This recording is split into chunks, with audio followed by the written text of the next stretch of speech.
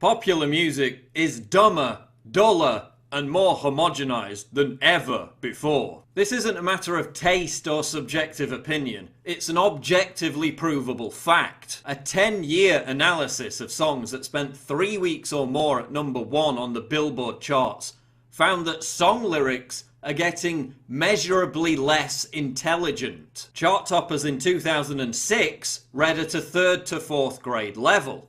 10 years later, the intelligence of song lyrics has dropped by an entire grade. The way this trend's going, in a few years, song lyrics won't even be a challenge for 7-year-olds to understand. The study found that Beyoncé, Lady Gaga, Kesha, and Maroon 5 song lyrics are particularly stupid. Researchers in Spain, who used a huge archive known as the Million Song Dataset, also found that pop music has become blander. Studying pop songs from 1955 to 2010, the team discovered that the diversity of transitions between notes, chords, melodies, and other sounds has diminished over the last 50 years. The Spanish study also found that producers are baking volume into songs at the production stage, making them artificially louder. This overcompression has the effect of sucking all the dynamics out of a song. Everything is beginning to sound the same.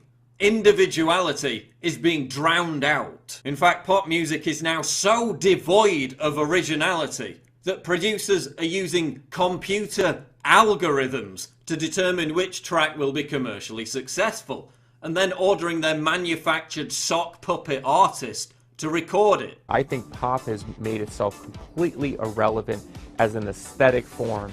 It's like looking into a hall of mirrors where all you see is the reflection of other mirrors.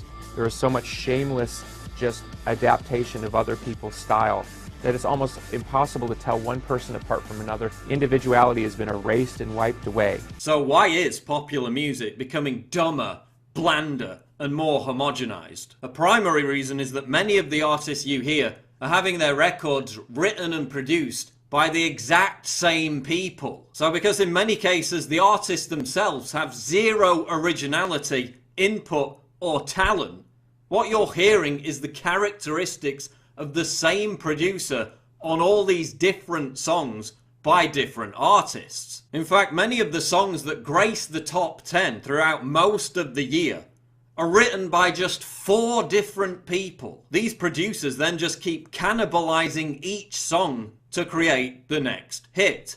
That's why everything sounds identical, and the record companies behind these producers try and sue each other all the time for copyright infringement.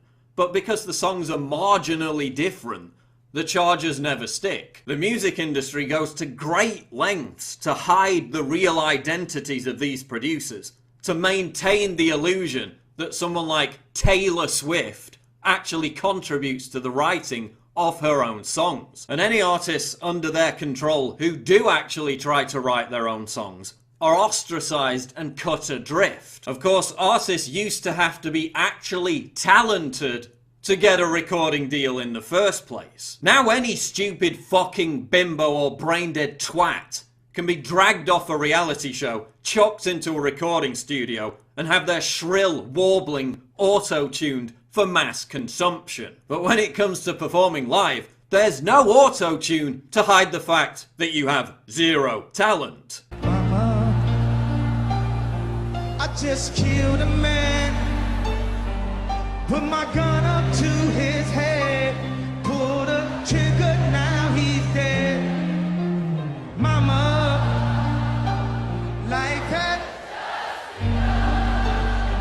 Songs are also sounding dumber and more repetitive because the dwindling attention span of the listener demands more hooks. So whereas decades ago you only had to write in one hook to get a hit, now there has to be a hook in the intro, the verse, the bridge, and the chorus, because a radio listener will change the station on average every 7 seconds unless they get this continual brain stimulation from a recurring hook. I have a very short attention span. But our point is very simple. You see, when... Oh, look, a bird!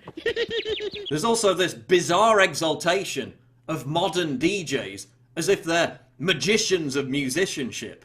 when they're just pretentious wankers whose sole function involves pressing a button every 5 minutes. At least old school DJs used to require a few practical skills to entertain a crowd. Now, thanks to electronic dance music, EDM, the enjoyment of which requires the listener to be mashed off his tits on bath salts. Even Paris fucking Hilton is calling herself a DJ. Here's another thing. The subject matter of song lyrics has also noticeably changed. Yes, we've always had sappy, romantic drivel. But whereas a group like Pink Floyd once riffed on the precarious balance between authoritarian power and the individual, All in all, it's just another brick in the wall. now Iggy Azalea riffs on, well, you tell me, because I've got no fucking clue. This beat, I'm spraying my joint, straight crack back, walk to the back, back, who know to the right, city, no ticket, yeah, shouldn't do it, either I'm roll, no diggles, from motherfucking neck.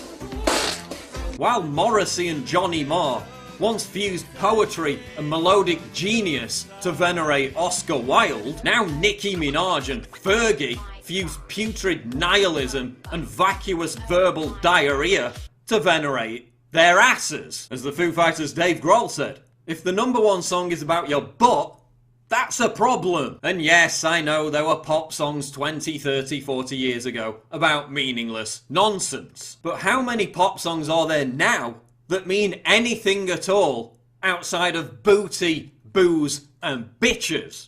Remember the 60s, you know, that era that a lot of people, you know, have these glorious memories of, which they really weren't that great those years. But one thing that did happen during the 60s was some music of an unusual or experimental nature did get recorded and did get released. Now look at who the executives were in those companies at those times. Not hip young guys. These were cigar-chomping old guys who looked at the product that came and said, I don't know. Who knows what it is? Record it, stick it out. If it sells, all right. We were better off with those guys than we are now with the supposedly hip young executives, you know, who are making the decisions of what people should see and hear in the marketplace. So we've established that pop music is getting dumber, less diverse, and more homogenized. And that must be what the audience wants, right? Otherwise there'd be no financial incentive to make it that way. But then when you look at movies and television, diversity, intricacy, and quality has improved as time has gone on. The plotlines of today's Netflix hits and movie blockbusters are infinitely more complex and nuanced than the comparatively simplistic TV shows and films of the 70s and 80s. So why does the consumer demand to be challenged when it comes to TV shows and movies, but yearn to be lulled into a bubble-wrapped coma when they load up iTunes? Why are we demanding smarter entertainment when we choose what TV shows and movies to watch, yet settling for increasingly dumbed down pop music? Well, it's because we're being brainwashed into liking songs that we would usually hate as a result of the simple trick of repeated exposure. Studies of the brain show that our reward centers light up from hearing the same song over and over again, even more so than hearing a song that suits our musical taste for the first time. By saturating radio, television, and online airplay with the same insipid crap produced by the same people, record labels can make us embrace a form of musical Stockholm syndrome. By force-feeding us in this way, they can override our own personal taste, and we eventually give in. After all, everyone else likes it, so it must be good, right? Pop music is the equivalent of junk food. It's quick, it's easy, it's all around us, and just like McDonald's, the producers stick to the same cookie-cutter recipe, because it's what people have been indoctrinated to want to consume. I don't feel so good. But while movies and TV shows remain pretty segregated from our immediate lives, music is something we carry with us. It's the soundtrack to our day.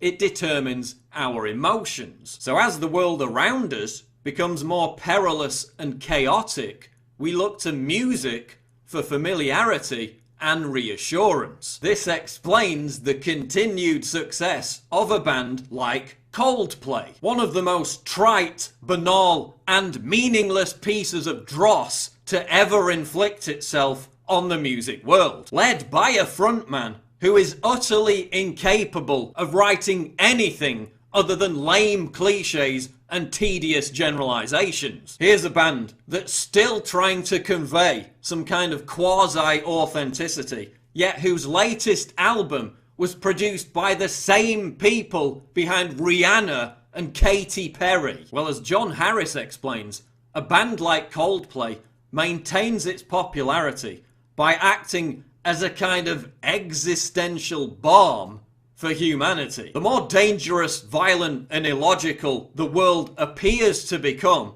the more predictable, vapid, and unchallenging popular music needs to be. So Coldplay, and many others like them, provide a kind of musical safe space for their arrested development fans. Their lyrics get more blithely optimistic as the reality of the world gets darker. So long as Chris Martin is prancing around in front of bright colours, reassuring us all with his catchy hooks, the masses are calmed. Everything is going to be okay. So in summary, everything is being dumbed down.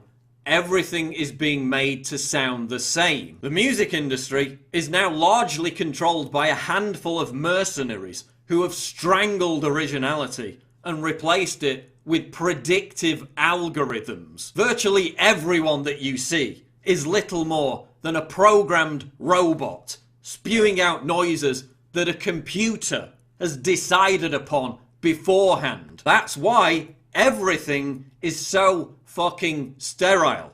That's why there's nothing subversive about music anymore. Because whereas musicians used to be interesting people and have actual personalities, and that's where the authenticity of the music came from, now they're more akin to hand-picked Stepford wives. None of it is real. None of it is authentic. But it's still popular because an entire generation has had its brains rewired to think that a rotten McDonald's burger tastes like a premium fillet steak. And that's the truth about popular music.